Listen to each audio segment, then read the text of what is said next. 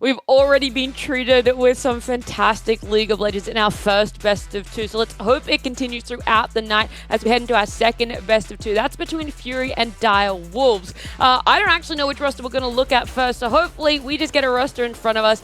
It's going to be Fury. I'm going to give it to Max. He's going to give us all the information we need to know about these 5 players. Okay, I guess I will, but this is a team who have honestly looked fantastic. They haven't been able to get the wins to actually show that, but this is certainly a team who's actually been able to contest some of the big dogs, particularly up there in the top lane. Tomasino has really been having a breakout split in that individual role. Really one of the top laners who I would consider to be in the better half of the league. And it felt like in their last series, they were able to find their footing around the bot lane, which has been such a sore spot for them. But this engage coming out of Findo and Nox was able to contest even the likes of Bliss up there in their previous series. Yeah, this was earlier this week, this series that they had, and the one last week as well was really heavily contested. That one was against Ground Zero, so it feels like this team is slowly getting there. They're finding things that work for themselves, whether it's the champions, maybe it's their communications, which Chirp said they had improved on the most throughout this split. But whatever it is, it's coming together. It's just lacking a little bit, and it's tough because you're coming up against literally first and third place when you finally pull it all together. Yeah, I mean, honestly, for Fury, they've had the same treatment as Ion, where they've had to go up against the 3 big dogs back to back to back, right? And up against Team Bliss, I feel like in particular, you saw big performances coming out of Nox, Tomasino, and especially Chirp too, despite how nervous he was in our interview.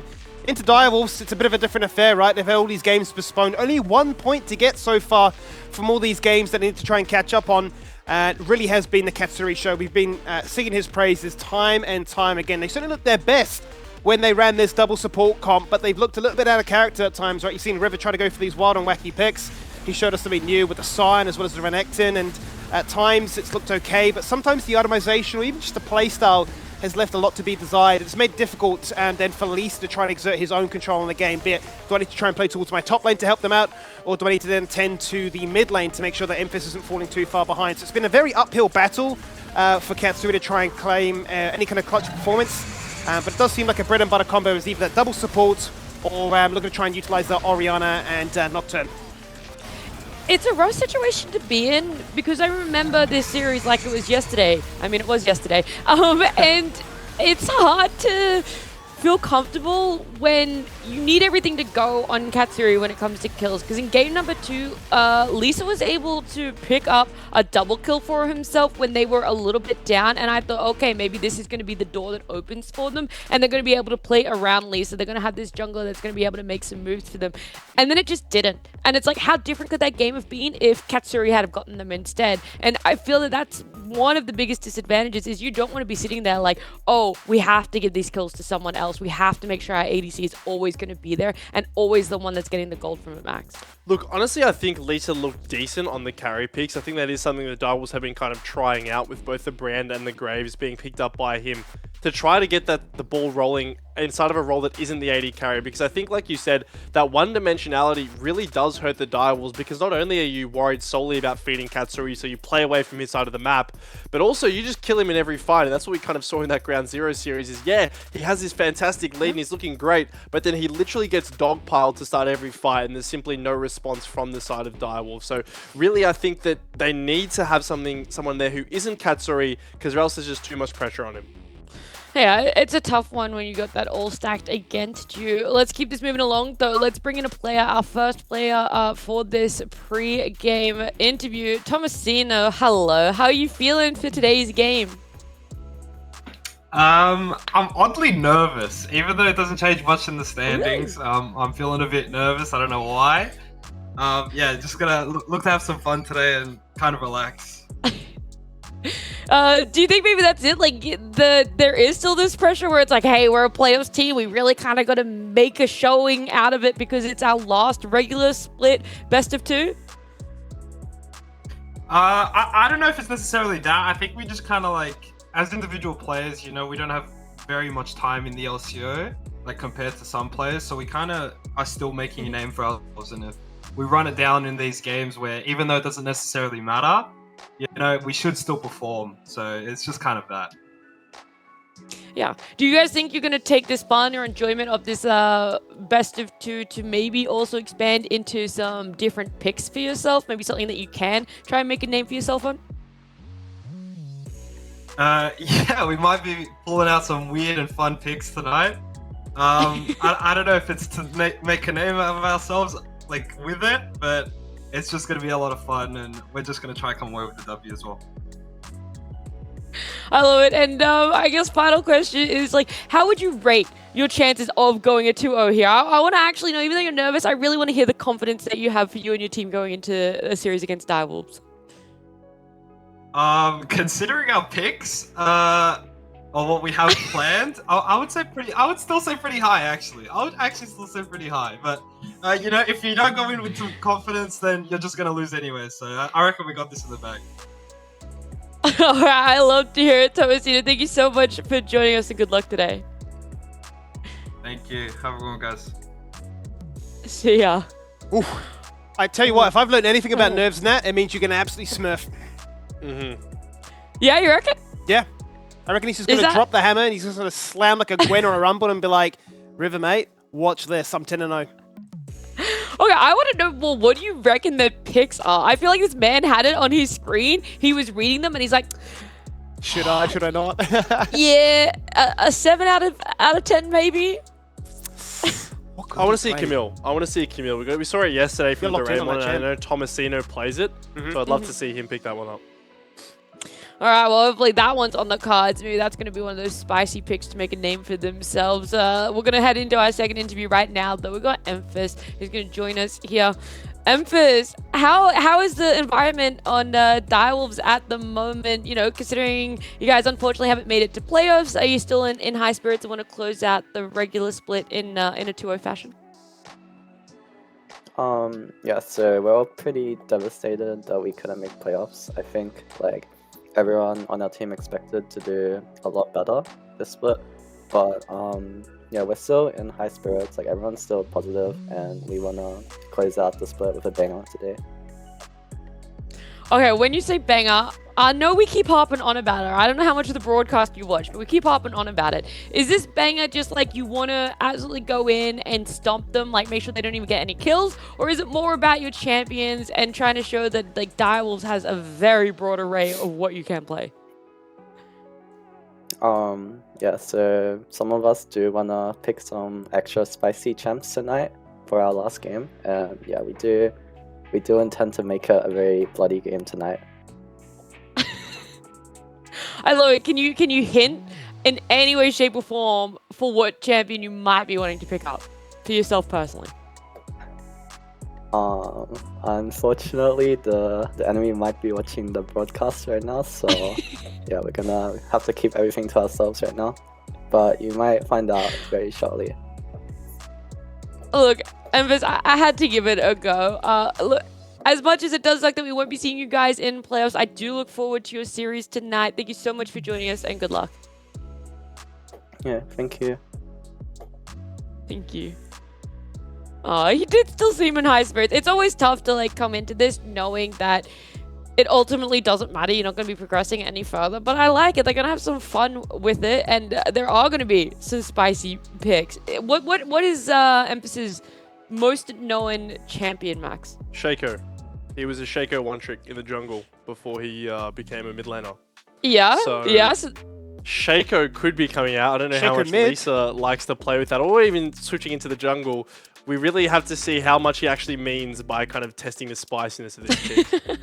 Dude, if they roll swapped, that would be unbelievably spicy. Outside selections, though, are not going to be that by any means. Fury want red side for themselves.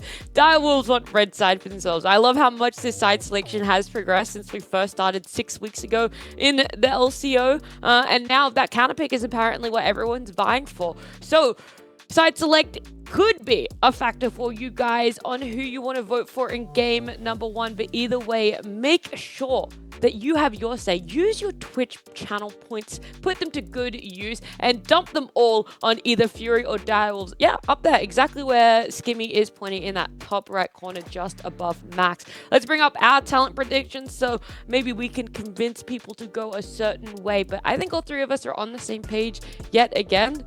Yeah, it is. We got no points last game though, did we? We got completely upset by that, so maybe there's an upset based on some spicy picks, but if recent run of form would have anything to go by, I think Fury, based on how strong they looked into Bliss, I've gone for that 2-0 based on that sort of recency performance. Yep. And what have you based your 2-0 on, Max? Similar things?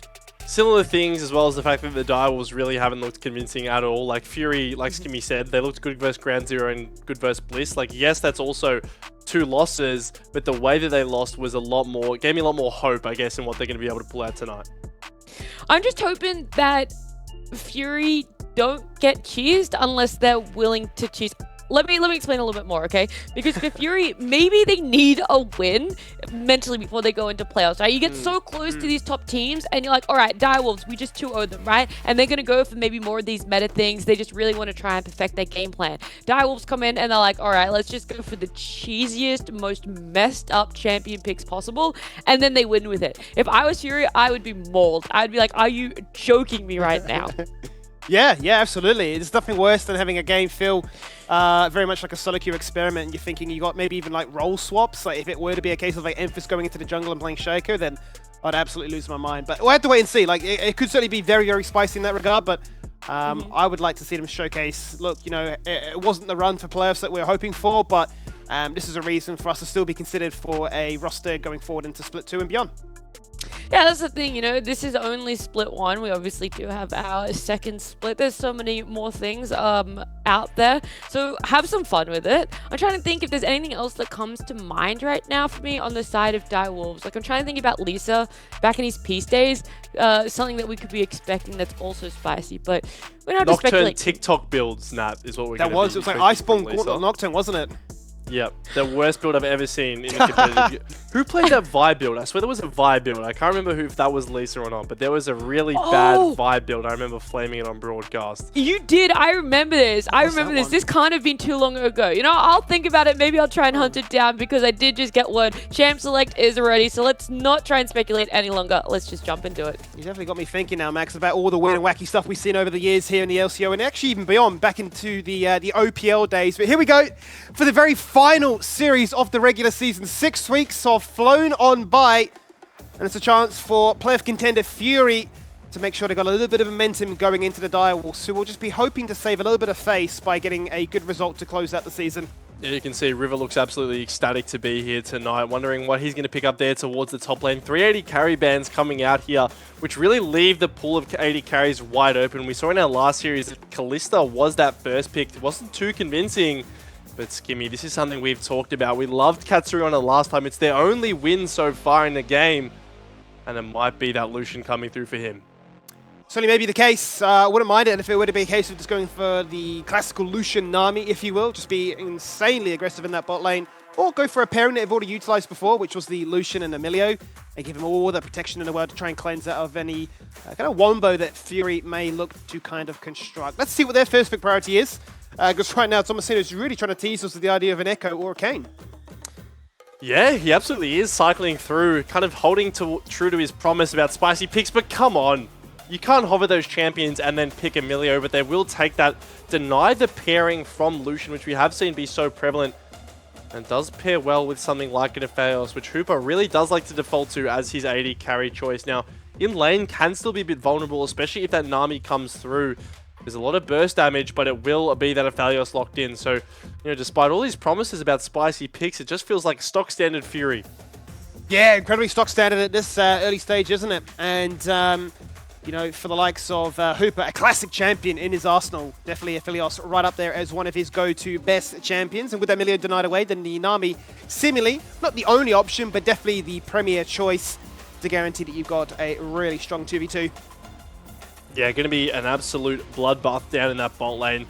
It's interesting that Emilio has kind of become the favored pairing for Lucian as opposed to the Nami. Obviously, Nami has been taken down slightly in power in recent times, and as well, the Emilio just providing a bit more versatility, especially with that R disengage, finding so much value into a lot of the heavy CC compositions that we are seeing nowadays. Oh, But Emphas, is this what I think it is? It's not going to be. Come on! come on, mate. You can't do it to us like that. I feel like the last time we would have seen a Lux mid would have probably been, what, Kiyose? I feel like he was the only person that's probably ever played it that I can think Oh, of. if that, yeah. Yeah. So definitely is a classic, and he doesn't really want to upset that record anytime soon. So he locks in the Syndra. Nowhere near as spicy as he was trying to foreshadow in that interview. But for Nox, if the Belveth's up and available, it absolutely gave Granzer a headache. He absolutely smurfed, so he wants to try and really get this series under wrap. Nox is a problem on this champion. He's absolutely fantastic, one of his most played in solo queue, and you can see it translates to all the respect bands that have been given to him in competitive. If he has the laners around him to enable him to get towards these grubs early, you can rest assured that he will be going after those and will be going after the enemy champions soon to follow. He's very aggressive on this pick, loves to get up in the face of the enemy jungler and really just snowball the game beyond no return. He certainly does. Let's see then what they can look to try and find as a result in the second half of the ban phase, as the Poppy actually going to be denied away. So much mobility, and they want to make sure that Poppy doesn't really upset the party. They want to make sure that they have all the uptime in the world to guarantee that they can get those kills. But the Gragas to try and prevent that, I suppose, that disengage, if you will, right? Certainly Findo isn't too afraid to lock that one in if given a chance, as well as the Vi 2 now for any potential lockdown. Well, I think the Gragas ban is kind of a nice respect one here from the Direwolves. They don't want that champion who's going to be able to easily eat up any damages. That's the most animated I've seen Chirp actually ever. I don't think I've ever seen him that entertained here, but Fury, you know, those smiles, you know, speaking as a pro, or as an ex-pro, I know that when you're laughing like that, you just know that this 4-5 is going to be absolutely ludicrous from the side of Fury. It certainly is. I'm really keen to see what they're cooking up in the kitchen there and figure out really how do they want to try and round out this composition. What is their go-to pick? You can see Chirp is, as you say, probably the most animated we've seen in a very long time. And out comes the Soraka, a champion that once upon a time really was so strong. But you've already got a support, so are we going back to laning Soraka? I mean, it could be laning Soraka, it could be laning Milio. I don't know which one you'd prefer, honestly. I haven't had much experience with either of those in solo lanes, but it will be a very, you know, supportive champion to empower the likes of Nox and empower the likes of Hooper to really continue their snowball. But in response, it's a Zac picked up from the Direwolves. This champion loves playing against immobile champions, and look what Fury have drafted 3 of. What they certainly have. They've said this is the prime game for a Zac to really run riot and do as they please. Certainly worked in favor for Tien when he got to punish all that immobility. Let's see what Direwolves want to try and round this out with. And it will be that classic for Lisa. His most played champion, and one he wants to try and sign off on. And it's a really nicely seen game as well. You've got a lot of setup from your solo lanes, combined with the fact that there are a lot of squishies and a lot of immobile carries on the enemy team. So whilst the jungle matchup can be a bit dicey, especially given Belveth's E, being able to really nullify the execute component of that Lee Sin Q. Oh my god, Tomasino, please, yes! He's done it. He has done it. He's picked the Camille now. That means that one of these support champions is going to be heading into the mid lane. I assume, like you said, it would be the Soraka. We'll have to wait and see where that goes. I like Fury's draft here. You know, it's not too left of field that it's completely unviable. They've certainly pieced themselves together a nice little carry comp from that top jungle. But it will be seen how the Direwolves are able to respond. If they're able to pick on this Soraka in the mid lane, who is not a champion you see there every day. But you know, the more and more I see it, the more I think about it, I feel like they're cooking up this idea of almost a pseudo Tarek Master Yi comp, right? Where it is the case of the Belveth pops their head into lane. Here's a hill, back on your merry way to continue being a bit of a nuisance, right? If that Soraka can get out a lane, you've just got a pocket healer and allowing Nox just to really be that 1v9 threat. So the more I see it, the more I'm like, okay, I see what you're trying to put on down. And certainly got the laning, the pressure of that strong stable of Philios Milio, and the split push of a Camille where once that Gravitas Hydra is online, very hard to shut down. So look, I love it. I feel like they've taken certainly a lot more risks in this draft than Direwolves have. But the Zac, as you mentioned very early on, is going to have a field day here. Yeah, he will. The laning phase versus Camille isn't really that bad whatsoever. Even once those items start coming online, yes, she'll be able to run you down in long lanes, but you have so much survivability. With those blobs, that you should be feeling pretty good now. I was also thinking about the Soraka pick in the mid lane. Its interaction into Lucian with that culling, being able to silence it instantly on mid wave to perhaps deny any chase down with that. So perhaps a nice little creative interaction there thought of by Chirp, but we'll really see how it unfolds here because Bel'Veth, like I mentioned in the draft, really does like playing with strong winning solo lanes that enable her to get towards those grubs. And right now, looking at the draft, it does seem like the side of Direwolves are just a bit stronger in that early game. So I wonder whether Nox will be able to get online, or whether he'll have to rely on kills to get that true form and really snowball the way he wants to. Yeah, absolutely. I mean, certainly a champion needs a bit of time to try and ramp on through, but if it hits that point very early on, we certainly saw what it did in that series against the Grand Zero. It really was an answer if you can carry hard it, be it the Bel'Veth for that Twisted Fate. He was incredibly strong, and it's another case of a comp that isn't the most standard, right, in terms of having a tank that can frontline, but much like the series we literally just witnessed, if you're ahead, does it really matter? Who needs a tank, Skimmy? Tanks are boring, they don't do damage, whereas Fury, they have a lot of damage. Now, the question to me as well as heading into this game is, how is this bot lane going to function? Because Katsuri on this Lucian, something we've seen time and time again, really just take over the lanes, and because there aren't that tanky members to actually be able to absorb that Lucian's damage, if he gets ahead, he gets snowballing, he is going to be one-shotting everybody here. So make sure to keep your eyes on the bot lane as we load into this game. Let's do just that then, Max. Let's figure out really how the regular season is going to come to a close as we load into the Rift for our final best of 2 of the season. And get to see playoff contender Fury in their very first time joining the league showcase that, look, this roster was built to make it to playoffs, and that's exactly what they've done. They've taken down some of the veterans in the Direwolves and made sure that they had to focus their attempts towards Split 2 instead. But they've drafted themselves a fairly stock standard composition. Let's see if they can execute on that promise. Yeah, stock standard across the board here. Only thing that's really a bit out of the usual is River going for the Conqueror here on Zac. Obviously, fantastic in those extended fights because he will be able to just have so much healing from that rune. However, not really going to be able to trade as well as you would hope with the Grasp, which Tomasino has picked up here now. Mid lane is actually a barrier for Chirp. I think he's valuing the survivability that he will get, perhaps kind of trying to avoid that one-shot combo coming through from Memphis. But it does mean he won't have the TP, and so often in mid lane you see mid laners trading those early for wave control, just burning all their mana and TPing back. But he won't be afforded that luxury this game. He certainly won't be very much the rune setup, or the summoner choice, I should say, of a Soraka playing in the bot lane, right?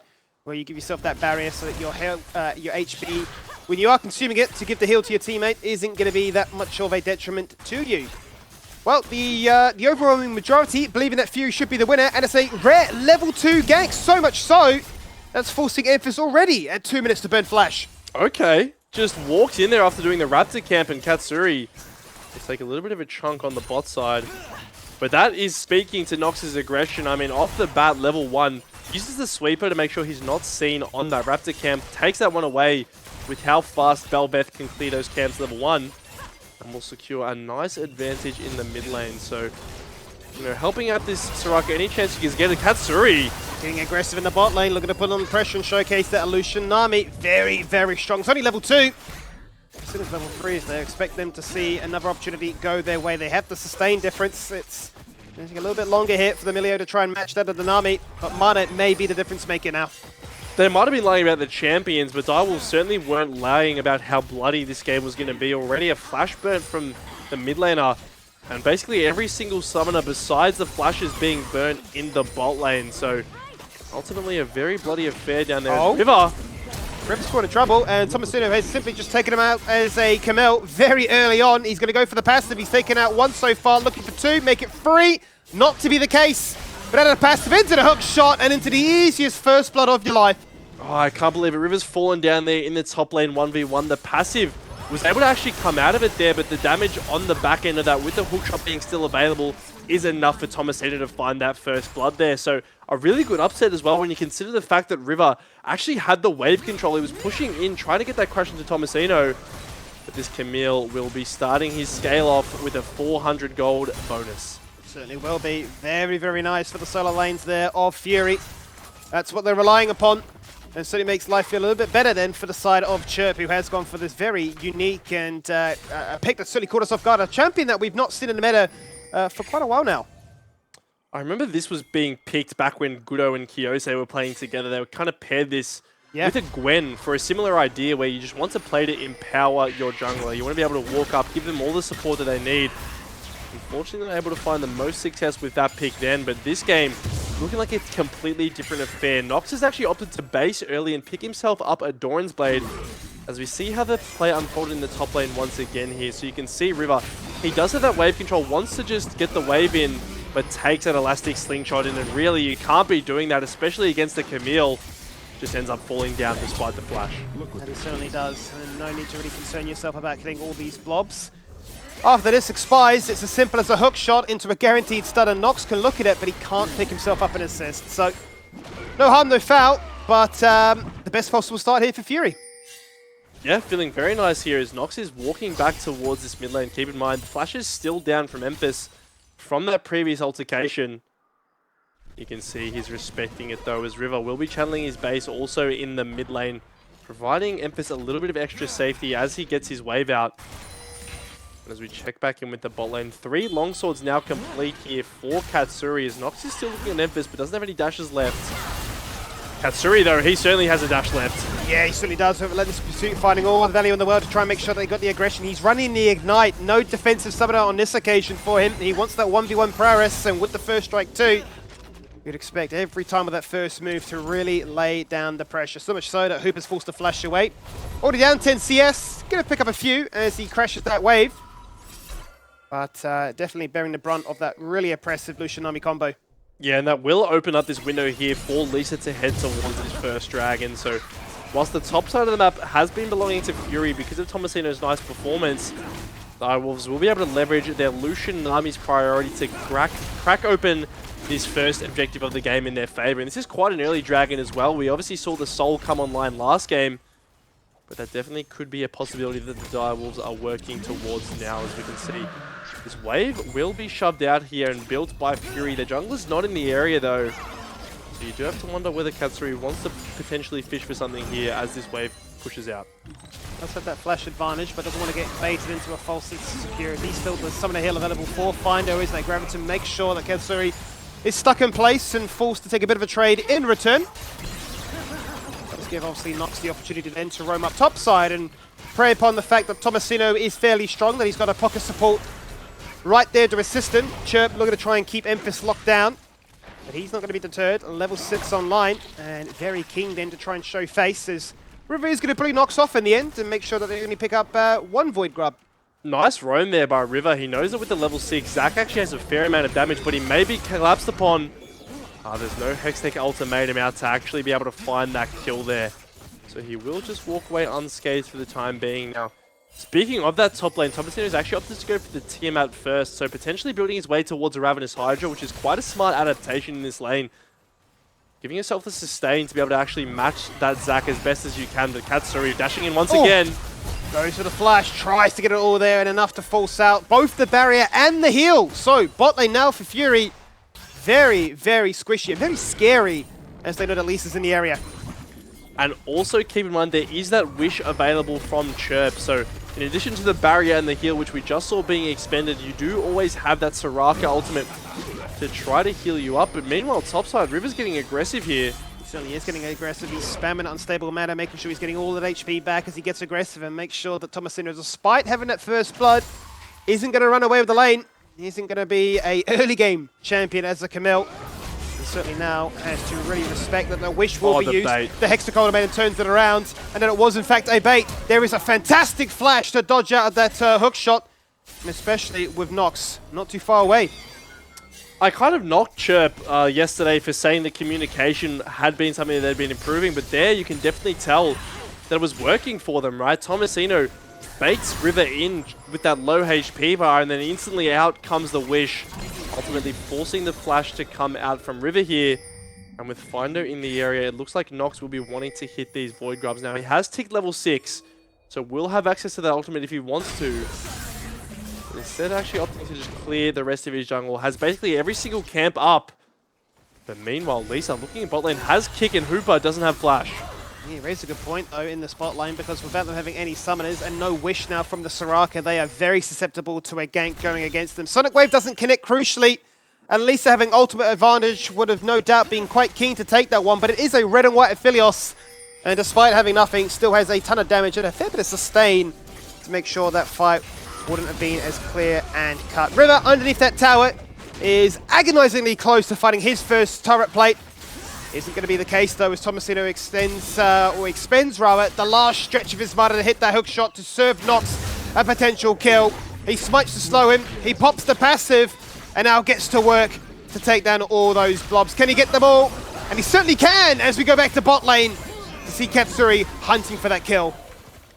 Hunting for that killer will be found in the top lane for Fury, taking River down to his passive once again and just picking him up off the back end of it. But here in the bot lane, Lee Sin is once again, there's no ultimate, no summoners available for this Aphelios. And this is a Lee Sin who's hungry for a kill. Certainly is. Shinky to start things off there with the tidal wave to tank up 2 turret shots and pass the aggro off towards Lisa, who says, I've spent so much time here in the bot lane, and I will be rewarded with that double kill. Big kill there for the Direwolves. Lisa picks up both. Not your ideal target to have those kills on, but certainly one you will be happy with nonetheless, as Nox will find him here. There's no flash. Certainly is no flash, and he's not even interested in that Grump anymore. He gets the shield and the sustain with the movement speed, but it's not enough from Nami. And Nox simply will just take him down with a clear execute. Nox, unwilling to let the play go unpunished, makes his way from top lane all the way down to bot lane to defend his Gromp, and will find Lee Sin on the back of that. So this Belveth getting a nice start early on, managed to only pick up 2 of the grubs so far, but will certainly be feeling pretty happy with that 1 kill that he has so far. And Tomasino, the other 2 in his back pocket, actually just has the team out and is sitting on it for now while still building towards that Trinity Force. So perhaps valuing the wave clear, being able to match Zac and potentially look for roams with something like a team can give you. Yeah, it certainly seems like a bit of good tech there to try and deviate away from the standard build rush of that Trinity Force, but still have the Sheen now online. Make sure that you've got trading power as well as wave clip. And allow yourself to roam around the map and be that real TP. menace. In comes the TP from River, which you have to wonder what that could actually offer them. He goes for the slappy hands and has nobody to find, but doesn't deter him. Lisa finds his third of the game, and with Direwolves getting the first dragon, looking to try and guarantee the second. Yeah, incredibly selfless play there from River. Just uses the TP, says, I don't care about my lane, I don't care about any of this CS, and will secure the kill and a dragon. So, whilst top lane is going against him, let's hold on, Chirp. Looking for another kill now in the mid lane, and absolutely destroyed his Chirp. Emphis, much like the Zac, what a field day punishing these immobile champions. As the tidal wave goes out, it does knock up Hooper, and he saves the flash to get at that Nami bubble. Bad to worse from Fury. Bot lane and mid lane both falling down there, as the only saving grace will be Tomasino collecting these plates on the top side of the map, as he'll just miss the E. But Lisa's here about bot lane. Certainly is. Sacriprison not going to connect the second time though, and Lisa looking to try and fade away, but says, hang on a minute, maybe there is still a kill in for Hooper, who's very, very low. The wraparound from Lisa, and Hooper goes, just let me live. Good fancy feet, sidestepping on the Sonic Wave. Out goes the heal. But the kick is not enough to get the execute, and don't tell me that Lisa is denied this kill. It certainly seems to be the case right now as he turns his attention on to Fido. Katsuri flashes on in and says, fine, I'll just do it myself. That's who you want to get the double kill there. Katsuri benefiting from the aggression of Lisa, and will take down both Hooper and Findo there in the bot lane. So this Lucian Nami, who we definitely pegged as being potentially the key factor for the Direwolves, is off to a very hot start. Meanwhile, River, his turret will provide no longer protection as Fury takes it down. But it will just be that. So all things said and done, 2,000 gold lead and 2 dragons sitting in the favor of the Direwolves.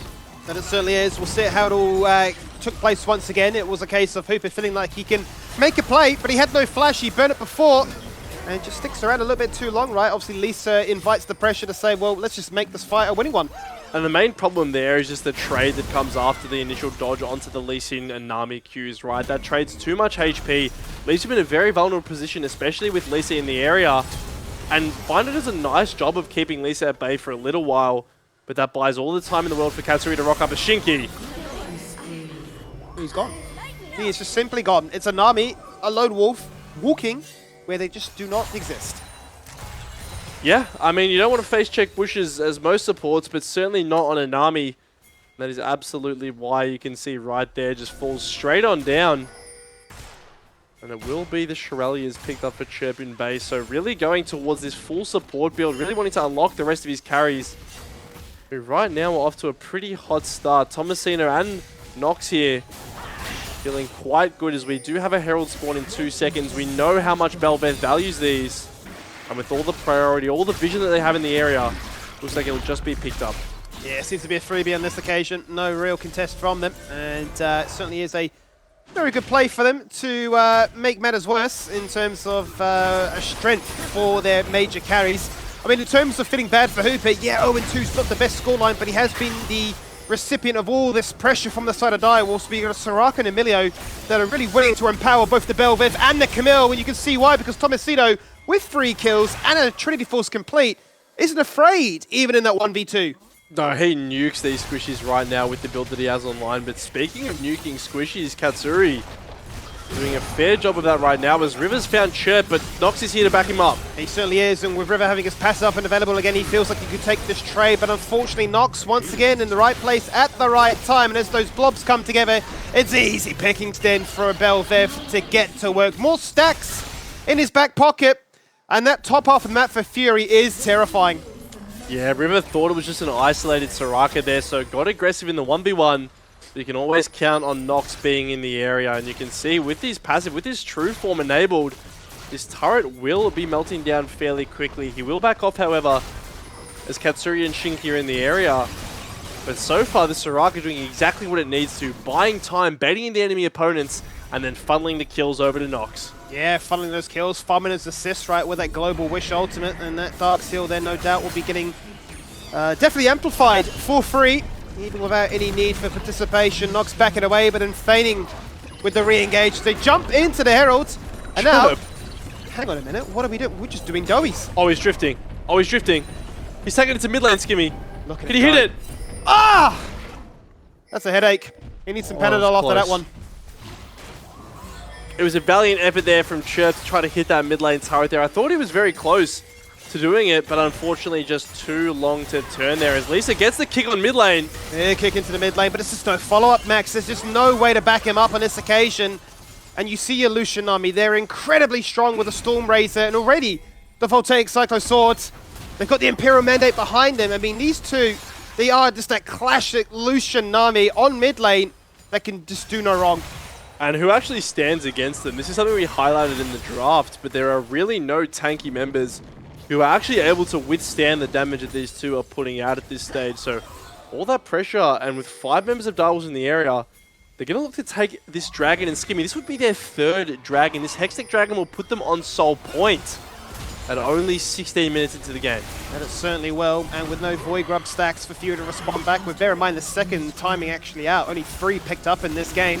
There is no trade of them to go for a siege whilst this dragon is done. You can see that Fury are looking to try and find a way in, but Direwolves are playing very aggressive to try and zone them back and make sure that Lisa can take this on his own. Look at Tomasino right now, not even grouped up with the team. He's split pushing, he is doing classic Camille things, and top lane is passively pushing as well, so Direwolves are under the gun. And if this gets smite on the way here by Nox, this would be an absolute disaster. But he's jumped in too early, cops the wish, and runs for the hill, and the culling with the angle it took place in wasn't enough, but in the end he catches the ultimate and he gets that kill. 3 Dragon Soul Point now for Direwolves as River just a little bit short on that elastic slingshot, but both Hooper and Fido are so dangerously low and they both fall on down. That's a big fight win for Direwolves here as Tomasino will manage to escape on the back end. But ultimately this Lucian Nami is just too strong to contest in those tight situations. You can see there was a bit of a standoff for quite a while over the choke that provides entry into the pit.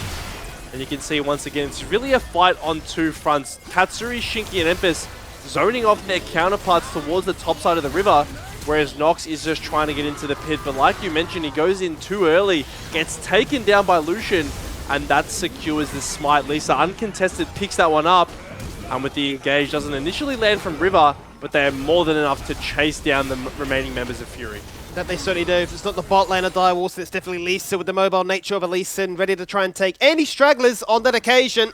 And I feel so bad for the bot lane of Fury. It feels like their summoners have been permanently used on cooldown, either to escape or just to try and survive. Yeah, not a fun spot to be in as this Athalios who's down an item down as Katsuri's just 1v3. This guy really has the montage music blasting in his head right now and says, I don't care if this is a stage game, I don't care if we're last in the standings, Max. I want to showcase that I am still the real deal. Yeah, absolutely is still the real deal. Very threatening here is Katsuri, and you can see Tomasino on the other side is really that major threat for the side of Fury. This Camille now 2 items sitting very pretty in the side lanes. Can basically just ignore River as you're seeing now. And might even get a little bit aggressive here. There's a lot of healing coming out from River, but there's certainly more damage to be found as Hooper. Oh, so much healing, and the Wish actually going out to actually serve 2 purposes there. Heal not only Chirp, Hooper, as well as the bot lane to allow Tomasino to continue to be aggressive. We pan down back, and we expect the result to be just that. Tomasino to have 2 items, 2.5 done before 20 minutes as Camille. It's almost a GG condition in its own. It's brutal. 10 CS per minute. You can see now that River can't even survive on his lonesome in the very elongated bot lane. And now this becomes a serious problem for the side of the Direwolves, because this Camille, working basically almost at a 3rd item now, is just going to be such a strong threat, able to blow open these turrets if left alone at all. And you can see the gold graph. I mean, sure, Katsuri's been doing well, but how about Tomasino? Tomasino really is the king of the map right now. It really is him, with a massive divide between that and anybody else even near him. Not even his teammates like Nox can put a dent into the wealth that he has picked up this game. This is the perfect situation for a 5th pick Camille to really excel, and I feel like this has been the best possible week for you, Max. You've had really all the champions you could desire. I loved it. Doraemon and Tomasino coming into the league has been a blessing, as once again, he's going to get aggressive on this bot side. Still has the Hextech ultimatum available to lock down any escape. Is it even necessary at this point? The flash goes through. Tomasino's still holding on to the ultimate, knowing that, look, I could use it, but I know that Lisa is hot in pursuit. And I can just lock you down with those hook shots. In the end, the ultimate will get committed, just to guarantee that the passive will be popped. You can see Lisa saying, I am taking no interest in this whatsoever. You've got a 2-level advantage over the Zac. There's a 1-level advantage over me. And Fury are just winning in every facet of this map. They win in mid, but it's the bot lane of Direwolves that try to keep the dream alive as they get a double kill there. And Katsuri is 5-0. Could you have a more stereotypical Direwolves game on the bot side of the map? River falls down, but yet it is Katsuri and Shiki as they're still going. Oh, look at this damage! This Lucian! I mean, at this stage, he really can just run this map and say, look, you can split push it in the game. Oh, try and win it by killing your teammates and maybe getting this Baron, but they need to get back to base. Tomasino just wins it here. Yeah, there's only River. Empus is respawning in 5 seconds, but there's a lot of damage coming out into this turret. Tomasino, I think you have to run after taking this. There is a Syndra respawning, and you have a very big shutdown. He certainly does have a big shutdown, but as we know, Emphasis has no flash, has no ultimate, has no real chance of executing him. Tomasino does get knocked up! And the Scatter of the Week right after guarantees that you are going to fall on down. And Direwolves ultimately do not get punished for making the call to go Baron. No, it's huge here. They're going to pick it up as well as getting the shutdown onto Tomasino. So that is a monstrous gold swing in their favor. And keep in mind, Skimmy, it could go from bad to worse. There's a Dragon Soul spawning in 15 seconds. As River's looking onto Hooper here, but won't be able to find it. Fury, they need to machine gun down this Dragon, but there's no Camille for 20 seconds. And that is the crucial part for me. Yes, you've opened up the base by taking away one Nexus Tower. There is no walled inside the enemy base of Direwolves to try and threaten that back door. Tomasino respawn TP, but look at Chirp! He ceases to exist. All that supporting capacity, it's just not enough to bear the brunt of a Direwolves team angered and keen to show that, look, we didn't make it to playoffs, but I am really trying to put this team on my back. This is a team with a vengeance. You can see Katsuri there just literally one-shotting Findo as Tomasino will try to get something back on the other side of the map. Actually goes in onto Empus here. Certainly does. Fancy feet on the Scatter of the Week and taking more damage from the tower than anybody else. But in the end, he respawns and dies once again. Nox steals it away and will die in the process. But this really is that David and Goliath situation. You've got these 2 absolute heavyweights. Obviously, Lee, on his best champion, is doing it all. But they've got this dicey situation of we're so strong, but our base can always be threatened with a BD. Yeah, I have no idea what to make of this game. Plain and simple, Skimmy.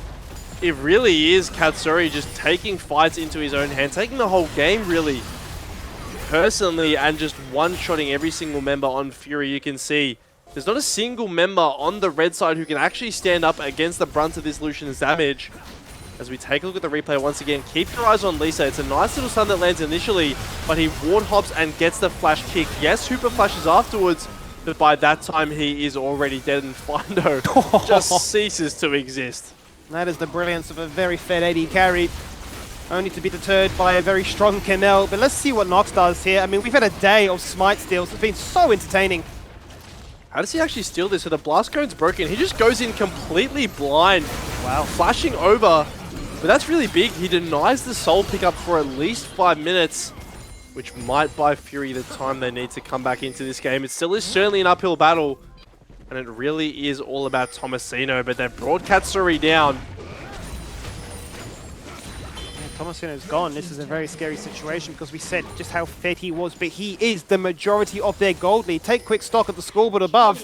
Direwolves, for what feels like the first time in forever, are up by 7,000 gold and have said, you are the hopes and dreams of this Fury comp, so let's make sure that you just do not get to play the game. He has the highest level in this one, but when surrounded by 3 people, and especially getting dealt damage by this Lucian, you can't do much. Nah, you can't do anything as this Camille right now. The 1v1 was going in his favor before, but plain and simple, the Direwolves are not looking to fight fair. They get a one-shot in mid-wave before that even happens as well. With Empus now, Deathcap online, a very scary champion. And they will look towards the bot lane. They're building a wave up. They've got the potential with Lucian to threaten the siege. And it looks like they're going to try to crack open this tier 2 turret. They certainly are. The Baron is expired, has been for a while now, but it's not going to stop them from being aggressive and sieging like they have it in their possession. That'll be their 4th turret of the game, and whilst Fury have found more, it does still feel like Direwolves have so much more control of this map, and we can see once again the fight that breaks out. These supports, one shot. I mean, that was literally a QEW from Syndra. It feels like Findo, no matter where he goes on the map, is just going to get taken down, and once again, Tomasino gets a max range E on that wall, but the hookshot is not going to be enough in the face of a Lucian army. They've got such good chase potential with all the mobility to come through. And yeah, now 8-0 on this Lucian is Katsuri. They are inseparable, these 2 bot laners for the Direwolves. And wherever they go, destruction will follow. 8,000 gold is now the lead. Just under 2 minutes on Baron and a potential soul here. And Tomasino, there's 1 Nexus turret remaining. If there's any hope for Fury, it's that he will be able to get down there and answer that and break open the base. But so far, it looks like Direwolves have been very quick to recognize that win condition and very quick to respond. I'll tell you what, though, I'm still very curious who actually wins in this 1v1, especially Katsuri without an army to pocket him and empower that damage, because I still feel like Tomasino takes it every day of the week. But my major concern overall was that Fury have a distinct lack of damage and range. You know, your Aphelios is non-existent, unfortunately. He's severely lacking behind, and Chirp is there as that support in the mid lane. There is no real major threat of AP or AD damage apart from these 2 bruises, and if they fall on down, if they get kited on out, it's lights out. And that's the thing, even someone like Nox isn't going to be able to actually live in these fights, right? There's so much that actually one-shots him. Is now level 16 ticks over for Empus. There is a TP on the top wave for Camille, but look at the mid lane. Look at the culling. It's enough to force Hooper to try and hide behind his supports to try and soak up all that damage. Flashes and barriers all burnt at the same time, as Tomasino actually aggressively TP's topside now to try and threaten a second inhibitor and open up the base once again. That bot lane inhibitor has respawned, but the rest of the Direwolves try and keep Fury locked in place down the mid lane. They want to get an inhibitor of their own. They want to utilize that gold lead, but they may nice be forced interrupt. to try and go back to base. The Dragon is up in 20 seconds. The Wish comes out as Nox jumps in. He just can't do much. Katsuri, protected and pocketed, is working his way to double digits as he's 9-0 now. Keep in mind, this is a 3v4 down in the top lane. Tomasino has been TP'd on. Manages to somehow escape as there was a very nice interrupt coming out from River to cancel the hookshot. But ultimately the Dragon will be claimed here as Tomasino still getting feisty. Has a lot of damage against these magic users. Oh! But ultimately River slaps him, takes him down. And on the bot side of the map, the Hextech Soul is going over to the Direwolves. It certainly is. There they go. 1 got delayed and 5 minutes passed us on by, but Fury unable to find an avenue to try and utilize that 5 minutes to net them an even bigger advantage. All in now, they seem to be on this split push tactic. and never really have grouped up for that true 5v5, and Direwolves are sort of embracing the madness. Well, I think at this stage of 5v5 would be nothing short of a disaster for Fury with all the damage and the Hextech Soul now coming online for the Direwolves. They are very favored in that situation, but now with the Baron in hand, you have to imagine that at some point Fury will be forced to respond. The waves, both in top and mid, currently set up for a nice cohesive push there. As look at the item gaps. I mean, look at the just difference between AD carries at this stage. It's 2 full items and a BF sword separating this Lucian and Aphelios. So Fury, they need to do something creative. They need to find something crazy. And this might just be it. Certainly not every day you see an AD carry fall this far behind. I think this is the biggest tragedy of it all, is that Fury are strong, but it's all Tomasino and Nox. And they don't have a strong enough 3 or 4 man to make sure that Tomasino can get the pressure. They can't contest him in this mid lane when he is off on split pushing duties, and that certainly is going to be the burden of this game. It's certainly looking like Direwolves are poised to try and close it out and say, you tried to be creative, you tried to be quirky, but it wasn't enough to try and take us down. We went for an Old Faithful in that Lucian Nami, and we've absolutely run away with it. Running away with it is absolutely the term I'd use to describe this game here. Is Direwolves, they've set up in the topside jungle here of Fury, working towards that tier 2 turret. Tomasino once again trying to cut the wave in the mid lane, make sure they don't have that one to push with, but they're more than happy with what they're working with at the moment. They've got more than enough damage to break these turrets with the remaining waves, and the question is, when do you actually base here if you're Fury? You can see Nox is channeling his now, but the rest of the Direwolves unrelenting in their push. No, they certainly are. They just know that Fury aren't a damage threat with the 3 or 4 members that are forced to try and defend these inhibitors. They can just continue to walk on forward, and Katsuri does not seem to mind whatsoever. River, considering, do I recall to try and deal with Tomasino? But even Tomasino, off vision, says, I need to get back to base, or we simply will just lose the game. There is no more time to try and actually go for these split push tactics. That goes the wish. It's absolutely crucial as the tidal wave splits apart the team of Fury. Now they find themselves in a similar situation with only one Nexus tower protecting their base from presenting that defeat screen. 2 empowered cannon minions, 50 seconds left in the Baron. The Scatter the Weaks that need to be expertly dodged out of as Nox jumps in, but just gets one shot. He's so squishy. He does all this damage, but doesn't have the time to shine. And in jumps Lisa, giving us a taste of an insect style, kicks them into his team. Emphas finds 2, Lucian hits double digits, and Direwolves take game 1. We said we wanted to see the Katsuri show, and what a clinic that man put on there on the Lucian. Really all of Direwolves as well, elevated by the performance of this AD carry. And what they weren't able to do while they were still competing for playoffs, they'll be able to do now, and they'll take game 1 of this series.